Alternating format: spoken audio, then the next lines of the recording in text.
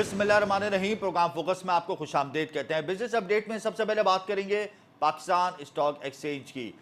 मुसलसल 3 दिन की छुट्टियों के बाद स्टॉक एक्सचेंज का आगाज हुआ, ट्रेडिंग का रेड जोन से हुआ और फिर हम देखते गए कि मार्केट में मंदी की लहर शिद्दत इख्तियार करती गई।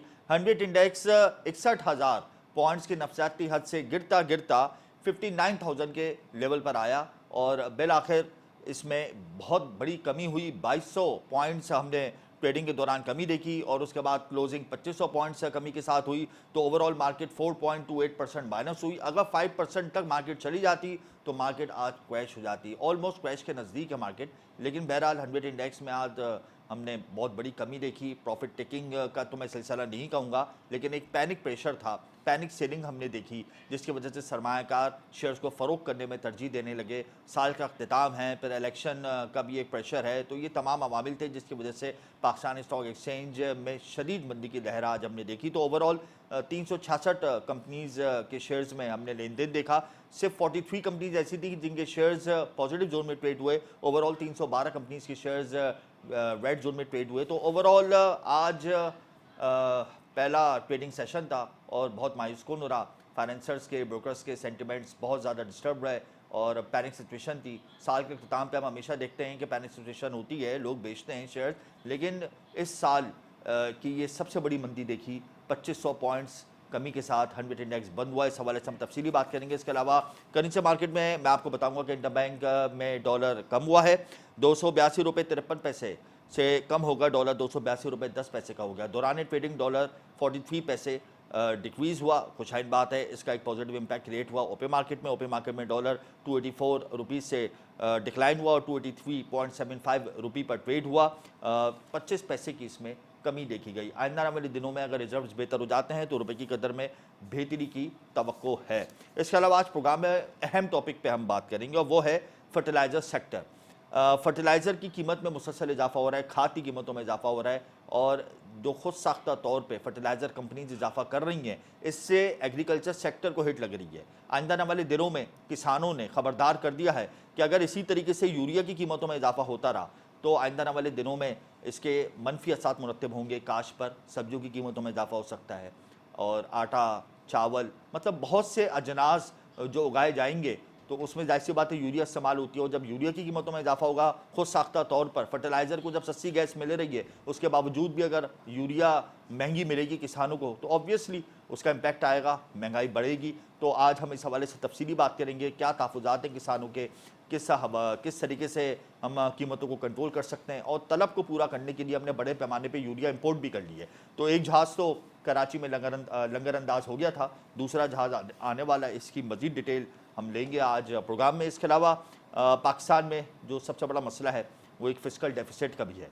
टैक्स कलेक्शन हमारी हमेशा डिस्टर्ब रहती है, टैक्स चोरी की शरह में इजाफा होता है। हमारी टैक्स जीडीपी भी बहुत कम है, सिंगल डिजिट में 8 to 9% के दरमियान है। कौन कौन से सेक्टर्स टैक्स नहीं दे रहे, टैक्स चोरी क्यों हो रहा है और टैक्स कलेक्शन में सबसे बड़ी रुकावट क्या है और ये साल 2023 टैक्स कलेक्शन के हवाले से कैसा रहा और नॉन फाइलर सिस्टम पाकिस्तान में एग्जिस्ट क्यों करता है। और इस हवाले से हम तफसीली बात करेंगे, मुफस्सिल बात करेंगे।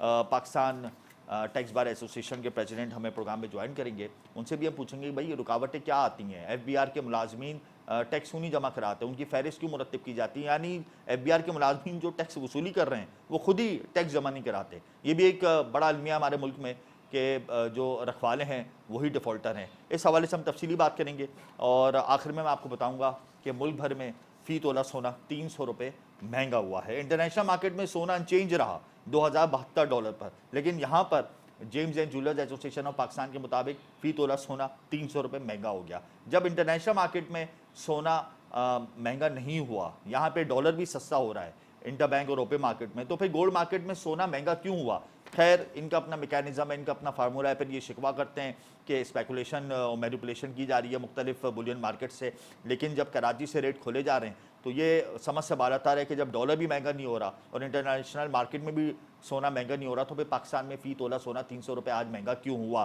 फ़ी तोला सोना महंगा होने के बाद 2,19,600 रुपये का हो गया है। 10 ग्राम सोने की कीमत 258 रुपये इजाफे के बाद 1,88,272 रुपये हो गई है। स्टॉक मार्केट, टैक्स कलेक्शन और फर्टिलाइजर सेक्टर के हवाले से हम तफसीली बात करेंगे, लेकिन यहाँ वक्त एक ब्रेक का, आप हमारे साथ रहिएगा।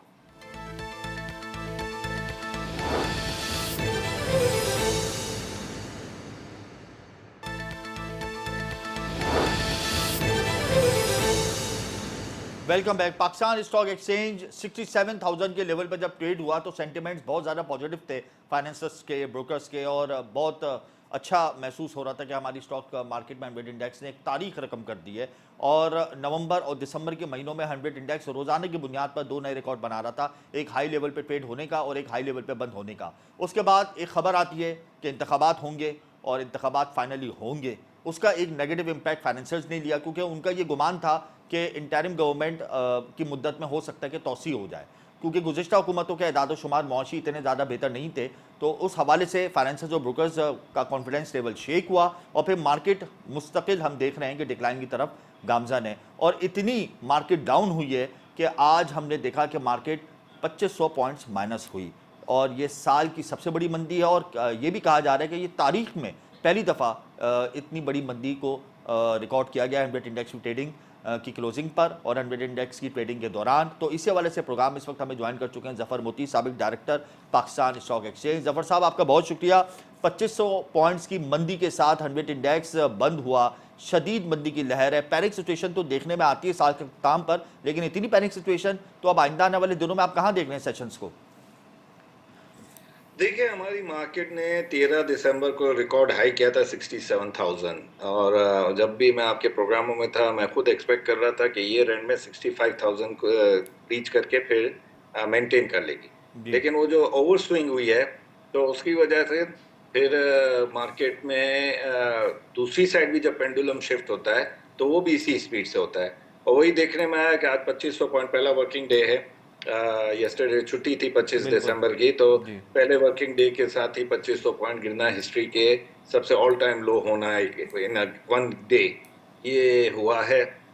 और वजूहत सिर्फ यही नहीं कि भाई कंटिन्यूएशन यही गवर्नमेंट करे तो हमारे लिए बेहतर है। वजूहत डेमोक्रेटिक, कई हम जैसे बंदे तो डेमोक्रेटिक शिफ्ट चाहते ही हैं कि भाई वो आ जाएं, जिनका हक है तो वो इसको और आगे फर्दर कर सकते हैं। और उसी लिए IMF ने प्री इलेक्शन ही तमाम पार्टियों से बातचीत की हुई है, कंटिन्यूएशन ऑफ प्रोग्राम्स रहेंगे तो ही ये इलेक्शन का पोस्टपोनमेंट नहीं होगा। तो यही सब ने एश्योरेंस दी है कि रहेंगे। अब ये है कि ये मंदी की काफ़ी वजूहत हैं, काफ़ी वेरिएबल्स हैं। एक तो ये रोल ओवर मंथ है जी, न्यू ईयर का आने का होता है, तो जो रोल ओवर होता है, जो लिवरेज शेयर्स होते हैं, वो एक वादे यानी दिसंबर के वादे महीने से निकलकर जनवरी में होते हैं। 42 अरब रुपए का ये रोल ओवर है, 4 दिन में होना है, ये थी वजह। दूसरा ये कि क्लोजिंग होती है बैंक्स की, फाइनेंशियल इंस्टीट्यूशन की, वो अपना हाथ खींच लेते हैं, बल्कि कैश पर रहने की कोशिश करते हैं। फॉरेन फंड्स के जो फॉरेनर्स मैनेजर्स हैं वो छुट्टियों पर चले जाते हैं। फिर एक छोटी सी खबर आई है कि जो सर्कुलर डेट के जो मेथडोलॉजी है, मोडस ऑपरेंडी है, तरीक़ेकार, उस पर भी IMF को थोड़ा सा कुछ है, रिजर्वेशंस हैं, जिसके ऊपर वो बात की है उन्होंने फाइनेंस मिनिस्ट्री की। तो वो जो हाई पेड डिविडेंड वाली कंपनियां हैं उनको डैमेज आ सकता है, वो सब भी हैं। और तो ये जो बड़ी बड़ी दो खबरें जो पॉलिटिकल है कि पॉलिटिकल क्राइसिस थोड़ा ब्रू हो रहा है, बलूचिस्तान की हालत जो देख रहे हैं वो भी इन्वेस्टर के लिए फिक्र की बात थी। ये सब का जो हुआ है तो आज ऐसा लग रहा था मार्केट बंद होते होते कि कहीं 59,000 का भी लेवल ना टूट जाए, क्योंकि हम लोग अभी काफी दिनों से 60,000 को प्राइस फ्लोरिंग समझ रहे थे, लेकिन बहुत इजीली 60,000 टूटा, बल्कि 59,000 टूटने के भी करीब आ गया। बिल्कुल, आज 4.28% माइनस मार्केट क्लोज हुई है।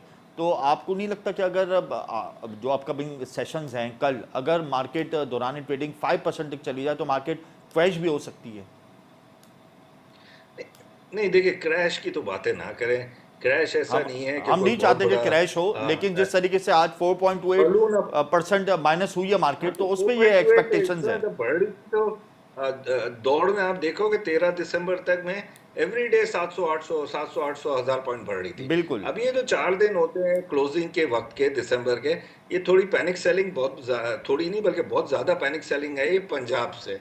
और वो जो उन्होंने जिस तरह ऑफलोड किया है, वो बताता है कि भाई वो अब उनको भी डर हो गया है कि हाई रेट ऑफ इंटरेस्ट है 30% का, ये फ्यूचर में, तो वो बहुत ज्यादा है।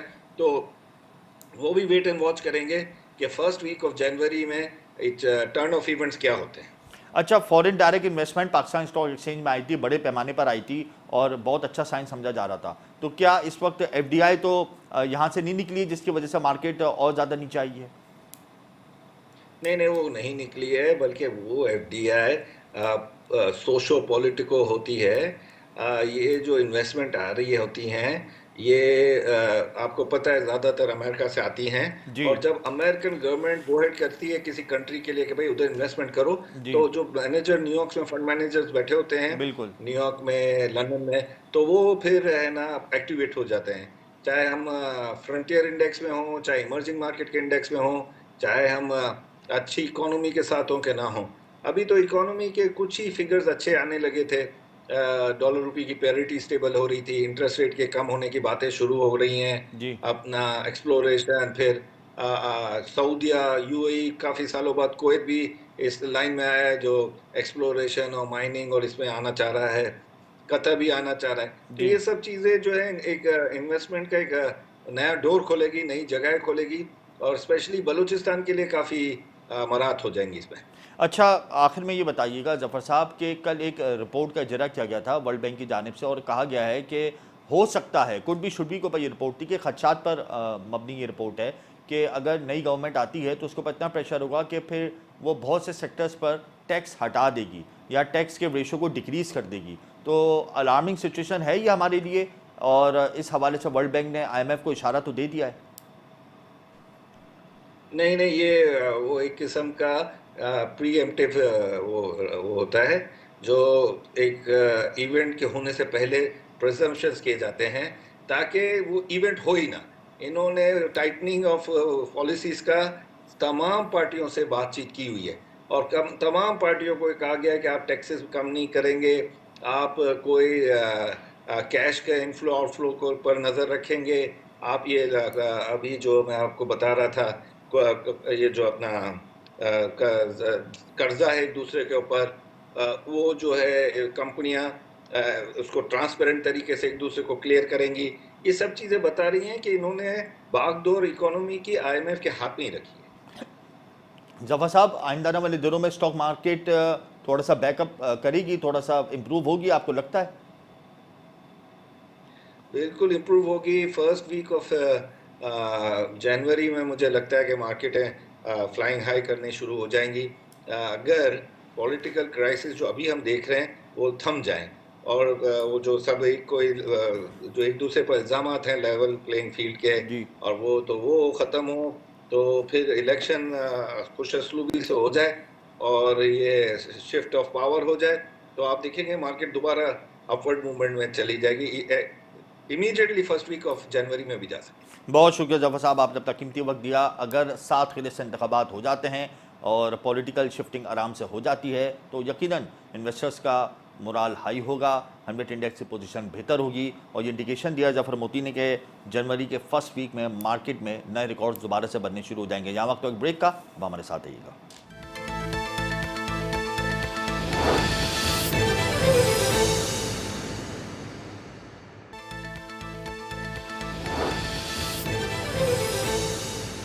Welcome back. यूरिया की कीमतों में मुसलसल इजाफा हो रहा है। हम देख रहे हैं कि तकरीबन 2 साल से यूरिया की कीमतें मुसलसल बढ़ रही हैं और इसका एक नेगेटिव इम्पैक्ट एग्रीकल्चर सेक्टर पर आ रहा है। ऑब्वियसली जब खाद महंगी होगी तो काश्तकारी के जो सलाहियतें हैं, पैदावारी सलाहियतें हैं, वो दुगनी होंगी। काश्तकार को नुकसान होगा, फिर इसका एक इम्पैक्ट आएगा सब्जियों की कीमतों पर, फल की कीमतों पर। तो यही हम देख रहे हैं, अजनास की कीमतों में इजाफा होता है। तो हम यही देख रहे हैं कि फर्टिलाइज़र सेक्टर को सस्ती गैस मिलने के बावजूद भी खुद साख्ता तौर पे फर्टिलाइज़र कंपनीज यूरिया की कीमतों में मुसलसल इजाफा कर रही हैं। इसी पॉइंट्स को आज हम तफसीली डिस्कस करेंगे और हमें प्रोग्राम इस वक्त ज्वाइन कर चुके हैं सैयद मोहम्मद नवाज शाह, सदर हैं सिंध आबादगार बोर्ड के। बहुत शुक्रिया नवाज साहब, आपने अपना कीमती वक्त दिया। फर्टिलाइज़र कंपनियों को हम देख रहे हैं कि कई सालों से सब्सिडी पे गैस दी जा रही है, उसके बावजूद भी यूरिया की कीमतों में इजाफा हो रहा है। किसान परेशान है, किल्लत अजनास की हो सकती है और जाहिर सी बात है कीमतों में भी मुसलसल इजाफा हो सकता है। तो इस हवाले से आबादगार बोर्ड क्या इकदाम करने जा रहा है? जी, इसमें सबसे पहली गुजारिश तो ये है कि पिछले 1.5 से 2 सालों में जो कीमत कंपनी खुद तय करती है, उस कंपनी में उनका अपना मुनाफा, खर्चा और डीलर का पूरा खर्चा, मुनाफा जितना भी होता है, वो सारा शामिल होता है। उस कीमत को कहा जाता है मैक्सिमम रिटेल प्राइस। उसमें मुतवातिर पिछले 1.5 से 2 सालों में इजाफा हुआ है, यानी 1650 रुपये वाली बोरी आज वो 3650 रुपये उनका अपना भाव जो उन्होंने तय किया हुआ है। ये आपकी बात बिल्कुल दुरुस्त है कि ना सिर्फ ये कि उनको सब्सिडाइज गैस दी जाती है, बल्कि उनको प्रायोरिटी पे भी गैस दी जाती है। और वो सिर्फ इसलिए दी जाती है कि एक फूड सिक्योरिटी का पाकिस्तान में मसला ना हो और जो रिसोर्स हमारे पास अवेलेबल है उससे यूरिया अवेलेबल करके दी जाए काश्तकार को, जो भी कीमत वो मुनासिब समझे। पिछले 1.5 से 2 सालों में देखें जी, ये हो रहा है कि अगर पिछले साल कीमत 2500 रुपये थी तो काश्तकार को मजबूर किया गया कि आप वो 3200 में 3500 में खरीदें। हालांकि पिछले साल अगर आपको याद हो तो बहुत बड़ा सैलाब आया था जिसकी वजह से खपत भी कम थी, लेकिन यूरिया फिर भी महंगा बिक रहा था। अच्छा, इस साल तो कीमत भी माशाल्लाह से 3650 हो गई है, लेकिन तो आज भी अगर आप फ़ोन करके कहेंगे तो पहली बात आपको ये सुनने को मिलेगी है नहीं। और अगर आप कहें कि नहीं यार हाथ करके दो, तो वो फिर आपको अपनी मनमानी कीमत के ऊपर 6200 और 6400 में इस वक्त आपको यूरिया अवेलेबल करके दिया जा रहा है। एक मैं आपको थोड़ी और क्लैरिफिकेशन के साथ कर दूं, वो ये कि देखिए किसी भी किस्म की किल्लत नहीं है, ये किल्लत कह के पैसे बटोरने का एक तरीक़ाकार किया गया है, जिससे आप ये समझें कि अगर 1000 रुपये, इस वक्त तो 2500 रुपये ऊपर है, लेकिन अगर 1000 रुपये भी ऊपर ओवर चार्ज किया गया हो तो ये 130 से 150 अरब रुपए बनते हैं, जो कि एक आप ये समझें कि अंग्रेजी में कहते हैं डे टाइम रॉबरी और ब्लैक मार्केटिंग वो की जा रही है। और उसके ऊपर किसी को भी लग रहा है कि ये भले होती रहे ब्लैक मार्केटिंग और भले लूटा कसूटा जाए, तो इससे कोई किसी को भी हमें जो वफाक में और सूबे में इसके ऊपर कोई भी किसी भी किस्म का कोई एक्शन नहीं लिया जा रहा इस लूट मार के खिलाफ। अच्छा, ये बताएं कि अगर फिल फॉर एक्शन नहीं लिया गया तो कहाँ देखते हैं कीमतें यूरिया की? क्या तारीख की बुलंद तरीन सतह पे चली जाएंगी? तारीखी बुलंद तरीन हद पे इस वक्त यूरिया वैसे ही बिक रही है। आप ये थोड़ा ऑल टाइम हाई है, ये ऑल टाइम हाई है इस वक्त। जी जी जी जी जी जी। और ये खुद साख्ता तौर पर रेट डिसाइड किए गए हैं। जी बिल्कुल बिल्कुल। और मैं आपको एक गुजारिश कर लूं कि आपका पड़ोसी मुल्क है हिंदुस्तान, वहाँ पे उनकी अपनी गैस नहीं होती, लेकिन फिर भी वहाँ पे कॉस्ट ऑफ प्रोडक्शन आज भी हमारे मुल्क से तकरीबन आधी है। आज भी खाद वहाँ पे हमारे मुल्क से सस्ती है, तेल आज भी वहाँ पे काश्तकारों को सस्ता दिया जाता है, बिजली आज भी काश्तकारों को वहाँ पे सस्ती दी जाती है। क्या वजह है? वजह ये है कि वो ये समझते हैं कि at the end of the day जो चीज़ ये पैदा कर रहे हैं वो खाने की और खुराक की चीज़ें हैं जो कर रहे हैं। अगर वो महंगी कर देंगे उसकी तो लोग खरीद नहीं पाएंगे, प्रॉपर इनपुट नहीं डालेंगे तो उसकी प्रोडक्शन प्रॉपर नहीं होगी। इसीलिए वो देखें कि आज हिंदुस्तान के पास हर चीज़ तकरीबन सरप्लस में होती है और वहाँ पे ये इश्यूज नहीं होते जो हमारे मुल्क में इश्यूज क्रिएट हो जाते हैं। ये बताएं हमारे मुल्क में कोई मैकेनिज्म क्यों नहीं है? हम एक ज़रई मुल्क हैं, ज़रई मुल्क होने के बावजूद भी हमारे मुल्क में यूरिया की प्राइसेस का कोई चेक एंड बैलेंस नहीं है और कभी शॉर्टेज करने का बहाना किया जाता है। तो ये फर्टिलाइज़र कंपनीज की इजारादारी कब ख़त्म होगी? कब मैकेनिज्म बनेगा? कब हम काश्तकारों को फैसिलिटेट करेंगे? कब हम महंगाई पर काबू पाएंगे? अच्छा देखें, ये कोई रॉकेट साइंस और इतनी दुश्वार चीज़ नहीं है कि हम ये समझें कि अरे बड़ा ही मुश्किल काम है। देखिए पाकिस्तान के 70 साल में ये 2 साल छोड़ के पहले भी तो यूरिया बिक रही थी, उसी कीमतों में बिक रही थी। ये अभी क्या हो गया पिछले 2 साल से कि ये काम शुरू हो गया? ये तो देखे ना 3 से 4 कंपनियां हैं जो यूरिया बनाती हैं, उनके 8 से 10 हज़ार डीलर हैं जो वो चीज़ बेचते हैं। यानी सिर्फ 3 से 4 कंपनियों की इजारादारी है पूरे सेक्टर पर। पाकिस्तान में यूरिया वो ही बनाते हैं। देखिए हमारे ख्याल में कंपनी का पूरा हक बनता है कि वो मुनाफा कमाएं।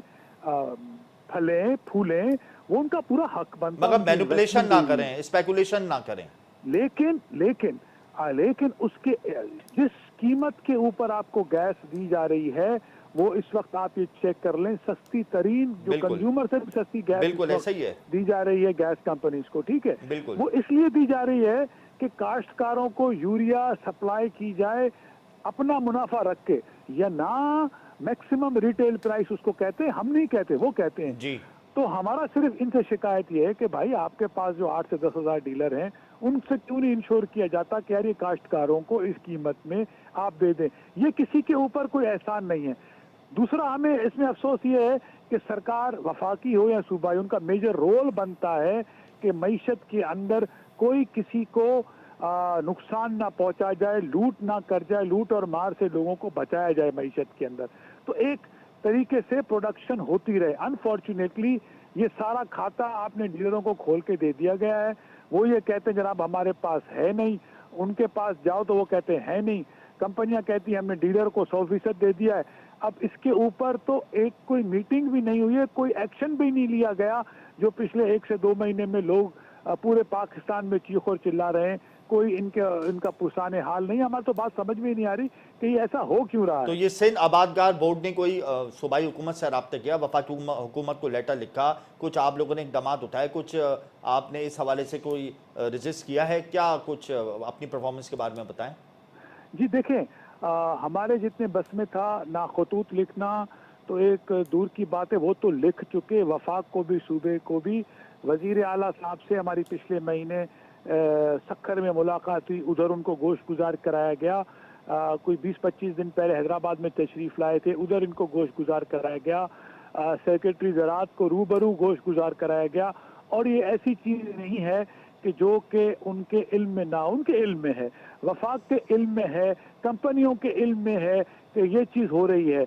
लेकिन क्योंकि ये मुनाफे खोरी में लगता यह है कि सारों का शायद कोई इसमें कुछ है कि कोई 200-250 अरब रुपए सोच रहे हैं कि कमाने का, तो कमा रहे हैं। एक बात अपने ज़हन नशीन कर लीजिएगा जी कि गंदम जो है वो लार्जेस्ट ग्रोन क्रॉप है पाकिस्तान की। बिल्कुल वो हर जगह पे चारों सूबों में चारों तरफ लोगों की लगती है और पाकिस्तान के लिए फूड सिक्योरिटी का मसला है। बिल्कुल वैसे ही हमारी जो प्रोडक्शन अफेक्टेड है कि हमारे पास कभी सैलाब होते हैं, विंटर कम है, यील्ड हमारी हिंदुस्तान से भी कम है। अब मुझे बताएं कि आप हमें छोड़ दें, छोटे से मुतवस्सित तबके का जो एक काश्तकार है वो अपने कहता है आज यूरिया लाऊंगा कल डाल दूंगा, वो 2-2 महीने पहले नहीं खरीद सकता। जी वो जब जाता है तो उसको इस तरह से ब्लैकमेल किया जाता है कि वो अपनी रोजी के लिए जाके बकरी भी बेचेगा, जो घर में होगा उसके घर में वो जाके गिरवी रख देगा और जाके जाहिर सी बात है अपनी काश्तकारी करेगा।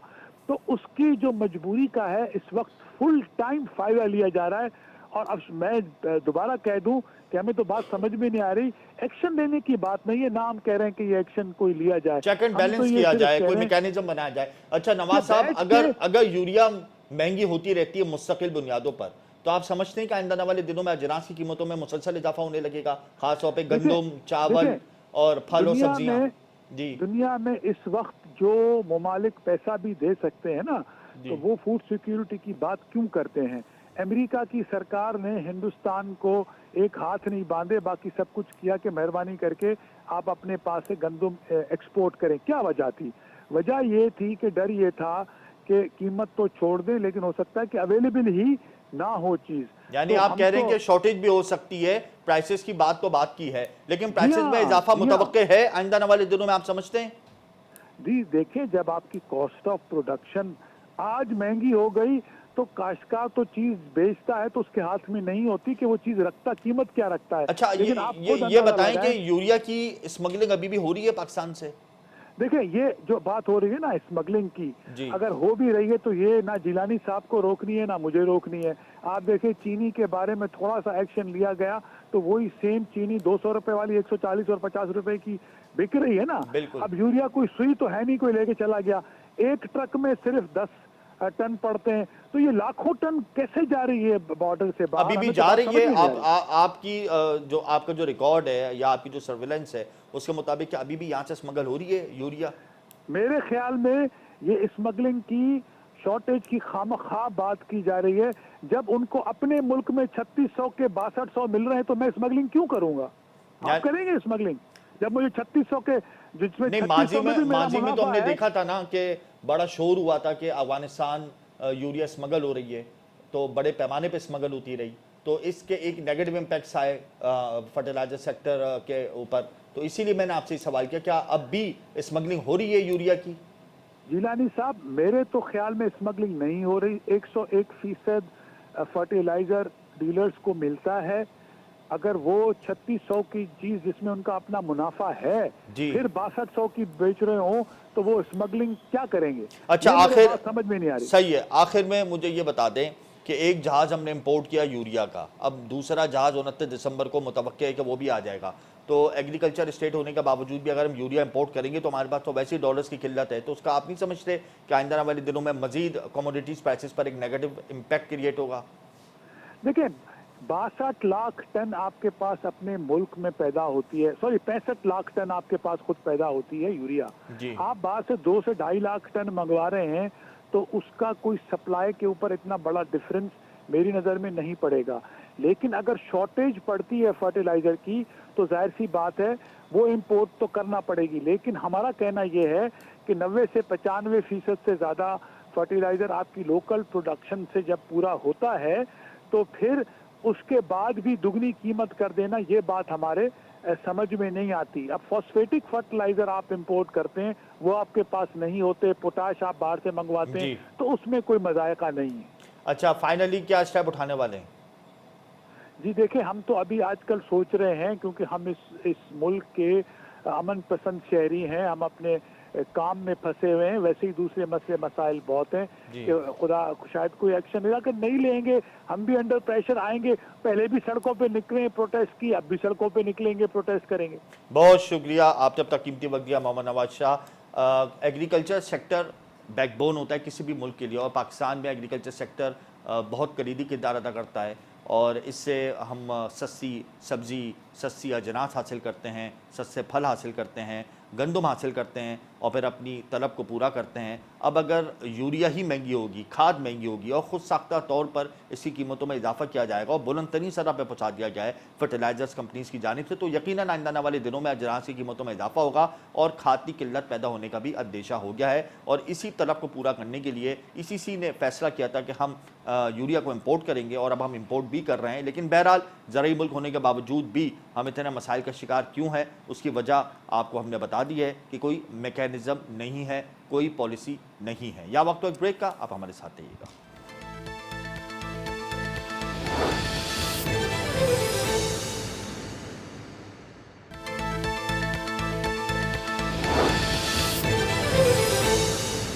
Welcome back. पाकिस्तान में टैक्स कलेक्शन एक बड़ा मसला हमेशा से रहा है। टैक्स GDP इस वक्त 8 to 9% है। टैक्स की शरह में इजाफा क्यों नहीं हो रहा? IMF मुसलसल दबाव डाल रहा है कि आप अपने टैक्स नेट को इंक्रीज़ करें, बढ़ाएं, और आइंदा वाले दिनों में हो सकता है कि कॉर्पोरेट सेक्टर पर टैक्स का मजीद बोझ डाल दिया जाए। पाकिस्तान में कौन कौन से इदारे टैक्स चोरी कर रहे हैं? साल 2023 टैक्स कलेक्शन के हवाले से कैसा रहा, और नॉन फाइलर्स के लिए अब क्या पॉलिसी बनने वाली है? इसी हवाले से हमें प्रोग्राम इस वक्त ज्वाइन कर चुके हैं अनवर काशिफ मुमताज़, सदर हैं पाकिस्तान टैक्स बार एसोसिएशन के। बहुत शुक्रिया अनवर साहब।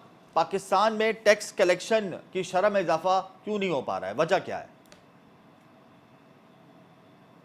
बेसिकली देखिए, पाकिस्तान में एक बहुत बड़ा ये इशू है कि टैक्स कलेक्शन में इजाफा क्यों नहीं हो पा रहा, ये टैक्स GDP क्यों नहीं कर पा रहा। इसमें बेसिक वजह डॉक्यूमेंटेशन है।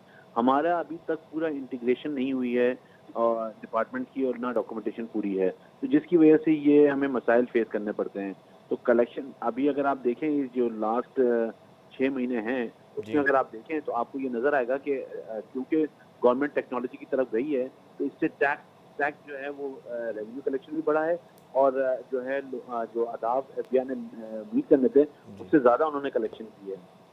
FBR के मुलाजमीन तो खुद टैक्स का रिटर्न फाइल नहीं करते और वो टैक्स कलेक्शन के ऊपर बैठे हुए हैं, तो इस हवाले से आपका क्या मौक़िफ़ है? ये तो बहुत ही बड़ा एक अफसोसनाक अमल है, जो कि जिसको हमने ही हाईलाइट किया था कि क्योंकि ये खबर आई थी कि जी FBR के एम्प्लॉइज जो हैं वो अपना टैक्स रिटर्न नहीं फाइल कर रहे हैं। तो ये तो चराग तले अंधेरे वाली बात है, और लोगों के लिए, मतलब FBR के लिए काबिल सताइश। और मेरे ख्याल में अब अगर वो नहीं भी फाइल हुए हैं और अब अगर फाइल हो गए तो एफबीआर को उसको अपनी वेब पोर्टल पे दिखाना चाहिए या बताना चाहिए लोगों को, मीडिया को बुला के कि भाई जी 100% लोग टैक्स रिटर्न फाइल कर रहे हैं। अदरवाइज ये शक और इबाहम हमेशा रहेगा, जिससे जो ट्रस्ट डेफिसिट है वो बढ़ता ही रहेगा और लोग जो हैं, जो नॉन फाइलर हैं, उनको इस बात से वो कवि होते हैं, उनको बड़ी स्ट्रेंथ मिलती है इस तरह की खबरों से। अच्छा ये बताएं कि कौन कौन से इदारे इस वक्त टैक्स चोरी कर रहे हैं पाकिस्तान में? देखिए इदारों की जहाँ तक बात है ना, इदारे टैक्स कोई भी चोरी नहीं कर रहे हैं, लेकिन सेक्टर्स, अगर आप कौन कौन से सेक्टर्स में टैक्स चोरी हो रही है? हाँ, अगर आप ये देखें ना तो सबसे ज्यादा जो ट्रेड है ना पाकिस्तान में, वो ट्रेड जो है ना वो डॉक्यूमेंट नहीं है। आपको अगर याद हो तो पॉइंट ऑफ सेल का एक बहुत बड़ा स्कीम आई थी 1 साल पहले, जिसको जिसको जो है कि इम्प्लीमेंट करने के लिए बड़ा ह्यूमन ट्राई हुआ था। जी। तो ट्रेडर्स को डॉक्यूमेंट होने की जरूरत है। और दूसरा सेक्टर है एग्रीकल्चर, जहाँ पे आपको अभी तक पता नहीं है कि वो कितना रेवेन्यू आता है, कितना वहाँ पे कितना कलेक्शन हो सकता है। जबकि अगर आप देखें कि एग्रीकल्चर का जो जीडीपी का कंट्रीब्यूशन है वो 20-21% है, लेकिन टैक्स कंट्रीब्यूशन 1% है। देखें ये तो वो मामला हो गया ना कि टैक्स नेट में आए नहीं। एक तो वो है ना कि वो सेक्टर जो टैक्स नेट में मौजूद हैं लेकिन वो फिर भी टैक्स चोरी करते हैं, इनवॉइस इनफेक इनवॉइसेस बनाकर टैक्स चोरी करते हैं। तो वो कौन कौन से सेक्टर्स हैं, कौन सर कौन? उसमें सबसे देखिए, उसमें सबसे ज्यादा जो ट्रेडिंग है ना, अगर आप जनरली देखें जी। तो ट्रेडिंग में ये बहुत बड़ा एक चीज है, ये बड़ा है, ये मतलब ये प्रॉब्लम पाई जाती है कि जहाँ पे इनवॉइसेस भी फेक है, लेकिन ये एफबीआर उस तरफ से अब आगे निकल गया है। अब डिजिटल इनवॉइसिंग की तरफ जा रहे हैं मामलात, और हुकूमत ने जो है डिजिटल इनवॉइसिंग की तरफ जो है उस पर रूट लेके आ गए हैं। और ये जो चीजें ना, यही इसको रोक सकते हैं।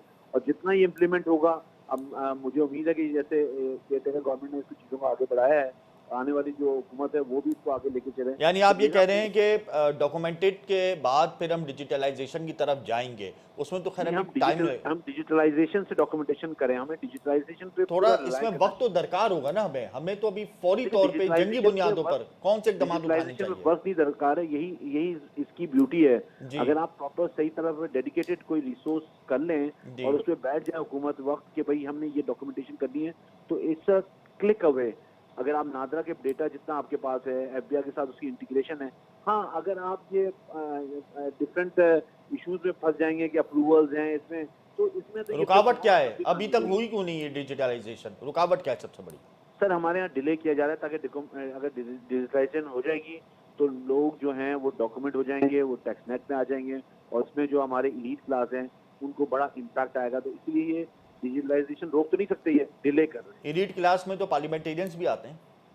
सब आते हैं, ये इलीट क्लास में जो आता है, इसलिए कि टैक्स तो असल में देना उनको चाहिए, जो कि हैव्स हैं, जिनके पास उम्रा हैं, जो हमारे, उनको टैक्स देना चाहिए और स्पेंड होना चाहिए। जो आम आवाम है, जो टेल पे पाकिस्तान की बहुत बड़ी आवाम है, जो इस वक्त महंगाई से पिसी हुई है, जो इस वक्त जो है हर तरह के मसाइल से शिकार है, उसके ऊपर टैक्स का पैसा खर्च होना चाहिए। साल 2023 टैक्स कलेक्शन के हवाले से कैसा रहा? ये बेहतर रहा, इसलिए कि मैंने आपको बताया ना, पहले बताया कि डिजिटल मोड अडॉप्ट किए गए हैं, डिजिटलाइजेशन की तरफ गए हैं, तो इसलिए जो है ना ये इसमें जो टैक्स कलेक्शन है वो ऑटोमेटेड होती चली गई है। तो फिर हमारी टैक्स जीडीपी इंक्रीज क्यों नहीं हुई? जी, फिर हमारी टैक्स जीडीपी इंक्रीज इसलिए क्यों कि नहीं अभी हुई? हमारा पोटेंशियल पहुंचा नहीं है। इसलिए कि हम अभी जो हम हमारे साथ इशू ये है कि हम जो हमारे नंबर्स है ना, वो नंबर्स जो हैं वो किसी रिसर्च या किसी डेटा या किसी इंस्टीट्यूशन नहीं बनाए हुए हैं। वो नंबर्स जो है ना एक एस्टिमेटेड नंबर्स हैं, इसीलिए हम एस्टिमेट कर रहे हैं कि हमारी टैक्स जीडीपी 9.2 है। मतलब ये नंबर्स तो एफबीआर की तरफ से ही हमें मिलते हैं। जी, ये नंबर्स तो हमें एफबीआर ही जारी करते हैं कि हमने इतनी टैक्स नंबर तो कलेक्शन हमारे पास आने चाहिए एफबीआई की तरफ से नहीं। एफबीआई तो खुद एक वन ऑफ द पार्टी है, वो कलेक्टर है। हमारे पास नंबर आने चाहिए। जो हमारे पास एक मिनिस्ट्री नहीं है, मिनिस्ट्री ऑफ स्टैटिस्टिक्स, दुनिया भर में मिनिस्ट्री ऑफ स्टैटिस्टिक्स जो है ना वो नंबर्स फ्लोट करती है कि हमारी महंगाई ये चल रही है, हमारा टैक्स ये है। इदारा शुमारियात हफ्तावार इदारा शुमार जारी भी करता है, उनकी बाकायदा एक वेब पोर्टल भी है इस हवाले उसमें से। जारी की जाती है, लेकिन उसकी रिलायबिलिटी कोई नहीं है। अच्छा, उसकी रिलायबिलिटी कोई नहीं है, आप ये कह रहे हैं? मैं ये कह रहा हूँ, इसलिए आप किसी इकोनॉमिस्ट से बात करें, आप उनको लेके पैनल पे बैठे हैं तो 3 इकोनॉमिस्ट 3 बातें कर रहे होते हैं। जी। अच्छा, नंबर्स जो है ना वो हमें नंबर्स में पहले एक कंसेंसस डेवलप करना पड़ेगा, इसलिए कि नंबर्स जो है ना वो बोलते हैं।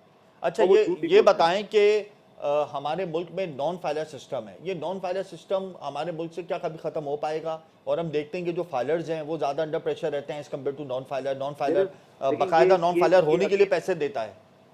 ये सिस्टम, ये कल्चर कब खत्म होगा? ये सिस्टम पहले नहीं था, ये लाया गया है, और ये उन्हीं को नवाजने के लिए लाया गया जो इस नॉन फाइलर रह के भी सारी मरात ले रहे हैं। तो इसको फिलफोर खत्म होना चाहिए। देयर इज नो कॉन्सेप्ट, दुनिया में कहीं कोई नॉन फाइलर का कोई कॉन्सेप्ट नहीं है। पाकिस्तान में कितने लोग हैं जो टैक्स देते हैं, कितने लोग हैं जो टैक्स रिटर्न जीरो फाइल करते हैं, कितने लोग हैं जो टैक्स नहीं देते हैं? इसके कुछ फिगर्स हैं आपके पास? देखें, अगर जो फिगर्स मेरे पास हैं वो तो 4 मिलियन की टोटल लोगों के टैक्स है, लेकिन अगर आप बात करें तो इसमें 50% सैलरीज वाले हैं, लेकिन उसके अलावा ट्रेडर्स भी हैं, उसके अलावा दूसरे लोग भी हैं जो कि टैक्स देते हैं। ट्रेडर्स टैक्स चोरी करते हैं? जी, ट्रेडर्स, ट्रेड सेक्टर जो है वो टैक्स चोरी करता है हमारे मुल्क में? देखिए, ये तो इस मुल्क में कोई ऐसी बात नहीं है, तो आप बड़े आराम से कह सकते हैं टैक्स चोरी करता है, जैसे कि लोग बाय एंड लार्ज लोग टैक्स देना ही नहीं चाहते हैं, इसलिए कि हुकूमत को ये बताने में बड़ी वो होती है, प्रॉब्लम होती है कि वो पैसा कलेक्ट किया गया तो खर्च कहाँ किया गया। बिल्कुल। हुकूमत को ये भी एक प्रोसेस शुरू करना पड़ेगा कि जो कलेक्ट किया जा रहा है वो खर्च किस पे किया जा रहा है, कहाँ खर्च किया जा रहा है। कितने लोग हैं जो टैक्स रिटर्न फाइल करते हो वो जीरो करते हैं? सर, टैक्स जीरो फाइल पास तो कोई ऐसी वो नहीं है, लेकिन मेरे हिसाब से जितने लोग फाइलर से नॉन फाइलर से फाइलर बनते हैं, क्योंकि वो गाड़ी खरीद रहे हैं, क्योंकि वो प्लॉट खरीद रहे हैं, क्योंकि वो कोई और बैंक ट्रांजैक्शन कर रहे हैं, तो वो अपने आप को नील रिटर्न फाइल करके और जो है वो अपने आप को फाइलर बना लेते हैं, और एफबीआर उनको देखता भी नहीं है, उन पर काम भी नहीं होता। जब भी बात की जाए तो कहते हैं हमने नोटिस इशू किए हैं, हम उस पर जो है वो काम कर रहे हैं। आप एफबीआर की कारकर्दगी से मुतमईन नहीं है? जी, मैं एफबीआर की कारकर्दगी से मुतमईन नहीं हूँ। एफबीआर को जो है बहुत ज़्यादा प्रोएक्टिव काम करना चाहिए, और मेरे हिसाब से टेक्नोलॉजी जो है ना उसका मतलब हर जगह इस्तेमाल करना चाहिए।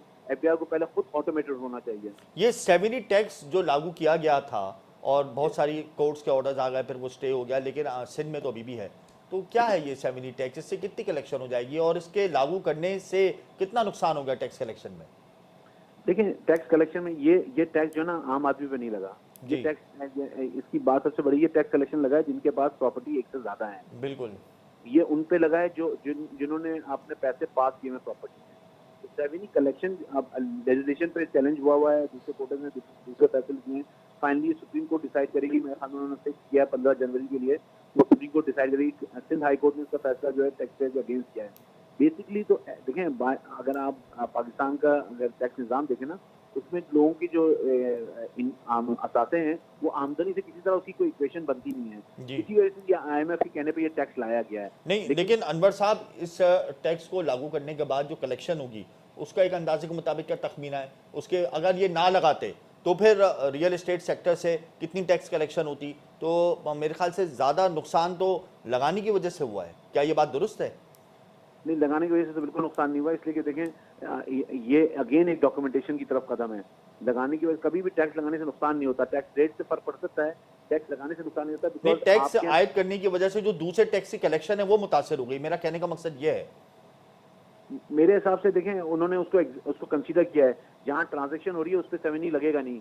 जो सेल कोई अगर इसी साल में कोई चीज बेची और खरीदी आती है तो उस पर 7E नहीं लगता, तो इसलिए उसको कंसीडर किया। ये वो है जहाँ पे एसेट पार्क हुआ है। आपके पास आपने एसेट रखा हुआ है, आपके पास एक घर भी है, वो उसके बाद आपने 5-6 एसेट और रखे हुए हैं, और वो अमाउंट जो है 2.5 करोड़ से ज्यादा है, तो उसको 7E लगता है। आपकी निगाह में 7E टैक्स बिल्कुल सही है? इससे कलेक्शन ऑन प्रॉपर रहेगी? सर, मेरे हिसाब से अगर देखा जाए तो बिल्कुल सही नहीं है, लेकिन सही ये इसलिए कि पाकिस्तान में, मैं फिर वही कह रहा हूँ कि आपने जो एलीट है, जिनके पास एसेट, जिनके असाते हैं, जिनके पास वो है, उन पर टैक्स लगना चाहिए। और उसी जब तक वो नहीं लगेगा, जब एलीट क्लास टैक्स नेट में ही शामिल नहीं होगी तो फिर वो 7E कैसे अप्लाई होगा उन पर?